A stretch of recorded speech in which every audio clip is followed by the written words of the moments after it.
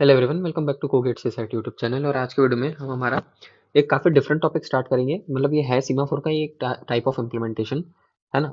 But ये आपको कहीं मिलेगा नहीं। मतलब आप अगर कभी गूगल पे भी सर्च करोगे ना, तो आपको इस टाइप का कंसेप्ट नहीं मिलेगा। ये जो इम्प्लीमेंटेशन है, मतलब इसके लिए आप फिर आपको बहुत ये जो इम्प्लीमेंटेशन है फिर आपको रिसर्च पेपर्स और जो हमारे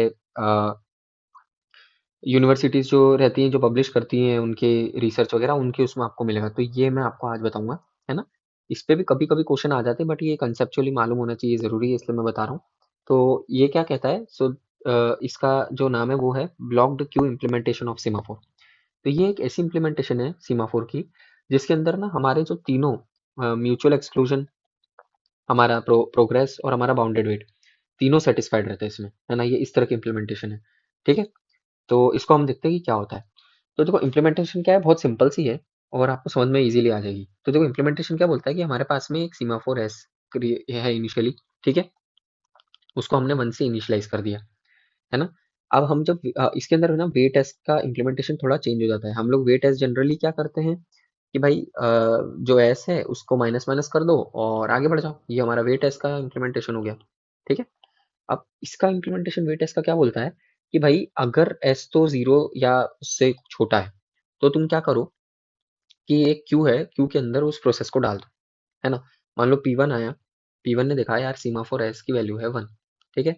तो वो क्या गया, ठीक है, एस की वैल्यू 1 है, तो उसने ये चेक करा, ये कंडीशन हो गई फॉल्स, ठीक है। तो वो इस लाइन में चले गया और ये लाइन क्या बोलती है कि भाई एस को कर दो तुम 1 से 0। अब 1 से 0 जब करा मैंने, तो हमारे पास में जो P1 है उसने ये लॉक ले लिया, है ना। ये वाला वेट वाला जो इम्प्लीमेंटेशन है वो ले लिया। अब P1 जो अपना क्रिटिकल सेक्शन एग्जीक्यूट कर सकता है बिना दिक्कत के, ठीक है। कंसिडर करो P1 अपना क्रिटिकल सेक्शन यहाँ एग्जीक्यूट कर रहा है ना। क्रिटिकल सेक्शन यहाँ पे एग्जीक्यूट कर रहा है। उधर से आई P2, P2 बोलती है कि भाई मेरे को भी एक मतलब मुझे भी क्रिटिकल सेक्शन में जाना है, क्या मैं जा सकता हूँ? तो वो क्या करेगा, वो सबसे पहले इस जगह पे आएगा, है ना। वो इफ कंडीशन को चेक करेगा।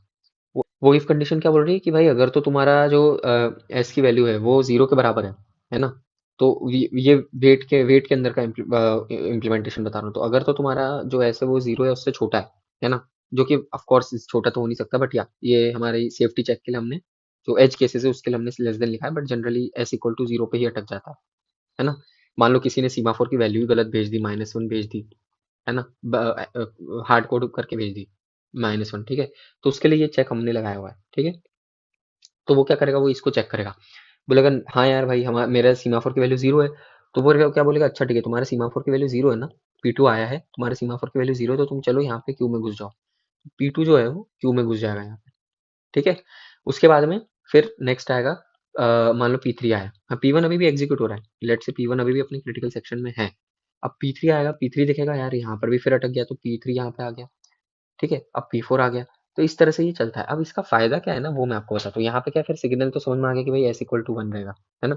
इफ कंडीशन में कुछ है नहीं, सिग्नल में क्या करना है आपको, जब तक मतलब इफ कंडीशन में कुछ नहीं है, इफ कंडीशन में ये चेक कर रहा है कि भाई वेट जब तक क्यू जो है वो एम्प्टी नहीं होता तब तक इसको आगे बढ़ाते चलो। तो इसका फायदा क्या है ना। तो इसके अंदर ना ऐसा नहीं होगा कभी कि भाई मान लो P1 is a priority of highest priority let's say, then P2 आया जिसकी प्रायोरिटी मान लो लेट से कुछ है, देन P3 आया जिसकी प्रायोरिटी P1 से, P3 जो आया है जिसकी प्रायोरिटी P2 से ज़्यादा है, एग्जाम्पल के लिए। तो होगा क्या कि भाई पहले P1 एग्जीक्यूट हुआ, फिर नेक्स्ट अगर हम लोग सीधे ऐसे करेंगे तो मोस्टली जनरली क्या होगा कि भाई कंटेक्ट स्विचिंग होकर P3 को मिल जाएगा क्योंकि उसकी प्रायोरिटी ज़्यादा है। देन मान लो फिर P4 आ गया तो P4 को मिल जाएगा, देन मान लो फिर P5 आ गया P5, तो P2 यहीं बैठा रह जाएगा, उसकी प्रायोरिटी कम है तो वो यहीं बैठा रह गया, वो एग्जीक्यूट ही नहीं कर पा रहा है। इसमें क्या होता है ना कि भाई आपके पास में ना आपने एक डिफाइन कर दिया कि भाई जो पहले क्यू में है हम उसको एग्जीक्यूट करेंगे, तुम्हारी प्रायोरिटी कुछ भी हो हमें नहीं मतलब है। तुम अगर पहले हो क्यू में तो you will be executed first, if you are at the last you will be executed last, that's it. इसका फायदा ये है। और इसके अंदर ना कभी भी आपका म्यूचुअल एक्सक्लूजन, है ना, कभी भी आपका प्रोग्रेस और जो हमारा बाउंडेड वेट रहता है वो कभी फेल नहीं होता है, ये हमेशा तीनों सेटिस्फाई करता है, ठीक है।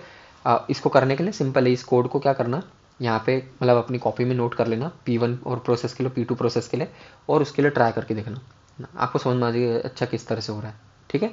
तो ये एक छोटा सा इंपॉर्टेंट टॉपिक था जो मैंने कवर करा दिया, blocked Q implementation of semaphore, ठीक है। तो आज की वीडियो के लिए इतना ही। जो नेक्स्ट वीडियो रहेगा उसमें हम most probably Lampert bakery algorithm देखेंगे, ठीक है। लैम्पर्ट बेकरी एल्गोरिदम स्टार्ट करेंगे नेक्स्ट वीडियो से। आज की वीडियो में मैंने इतना ही। अगर आपको वीडियो अच्छा लगे तो प्लीज़ इस वीडियो को लाइक एंड शेयर करें, चैनल को सब्सक्राइब जरूर करें और मुझे बताएं मैं कैसे अपने आप को इम्प्रूव कर सकता हूँ। Thank you.